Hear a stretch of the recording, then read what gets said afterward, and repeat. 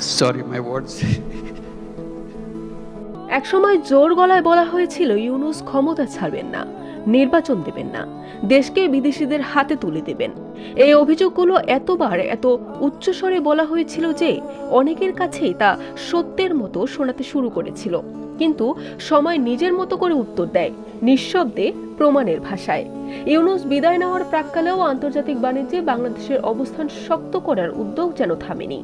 যুক্তরাজ্যের বাজারে দেশের কিছু পোশাক পণ্যের জন্য শুল্ক সুবিধা নিশ্চিত হয়েছে, যে বাজার বাংলাদেশের রপ্তানির সবচেয়ে বড় গন্তব্যগুলোর একটি।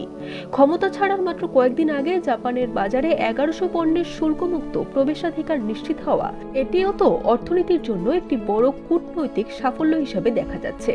শুরুতেই তিনি বলেছিলেন 1.5 থেকে 2 বছরের মধ্যে নির্বাচন দেওয়া হবে।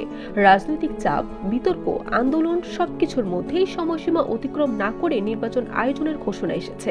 অর্থাৎ প্রতিশ্রুতি সময়সীমার মধ্যেই ক্ষমতা হস্তান্তরের পথ তৈরি হয়েছে। তবে এই সময়টা সহজ ছিল না। প্রায় প্রতিটি সিদ্ধান্তের আগে ও পরে সমালোচনা, সন্দেহ, প্রশ্ন। আচ্ছা, নির্বাচন কবে? কেন এত দেরি? এই চাপের মধ্যেই প্রশাসনিক ও কূটনৈতিক উদ্যোগ এগিয়ে নিতে হয়েছে।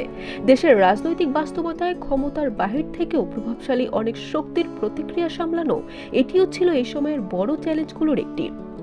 সমর্থকদের ভাষ্যমতে এই সময়ের একটি বড় বৈশিষ্ট্য ছিল মত প্রকাশের পরিবেশ। তাদের দাবি, কঠোর সমালোচনা করেও মানুষ ভয় ছাড়াই মত দিতে পেরেছে। ক্ষমতাসীনকে আক্রমণ করেও গুম বা দমন পীড়নের আশঙ্কা অনুভব করেনি, এমন অভিজ্ঞতা অনেকের কাছেই নতুন ছিল। অবশ্য এই মূল্যায়ন নিয়ে ভিন্ন মত রয়েছে এবং রাজনৈতিক বাস্তবতার আলোচনায় তা স্বাভাবিক।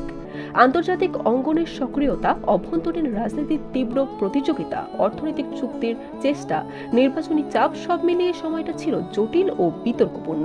কেউ দেখেছেন সাফল্যের প্রচেষ্টা, কেউ দেখেছেন সীমাবদ্ধতা, কেউ দেখেছেন স্থিতিশীলতার চেষ্টা, আবার কেউ দেখেছেন অস্থিরতা। ইতিহাসের প্রতিটি অধ্যায়ের মতো এই অধ্যায়েরও একাধিক ব্যাখ্যা রয়েছে। তবে একটি বিষয় কিন্তু স্পষ্ট, এই সময়টুকু বাংলাদেশের রাজনৈতিক আলোচনায় দীর্ঘদিন ধরে বিতর্ক, বিশ্লেষণ আর মূল্যায়নের বিষয় হয়ে থাকবে। কারো কাছে এটি ছিল প্রতিশ্রুতি রক্ষার গল্প, আবার কারো কাছে অসম্পূর্ণ সম্ভাবনা, আবার কারো কাছে সমালোচনা সহ্য করেও রাষ্ট্র পরিচালনার একটি ভিন্ন অভিজ্ঞতা।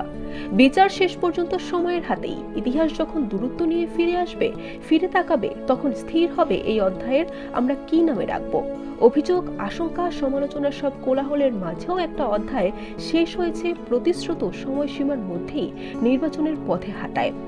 আন্তর্জাতিক অঙ্গনে কিছু বাস্তব সাফল্যের দাবিতে আর ভিতরের রাজনীতিতে তীব্র বিতর্কের ছাপ রেখে। তাই এই 1.5 বছরকে কেউ স্মরণ করবে সম্ভাবনার দরজা খোলার সময় হিসেবে, আবার কেউ দেখবে অপূর্ণতার কাঁটা হিসেবে, আবার কেউ রাখবে স্মৃতিতে ভিন্ন মত বলার সাহসের এক অধ্যায় হিসেবে।